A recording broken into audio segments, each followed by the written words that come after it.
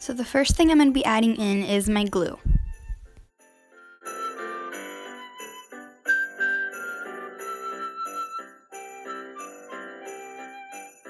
And then I'm going to be adding in some food coloring.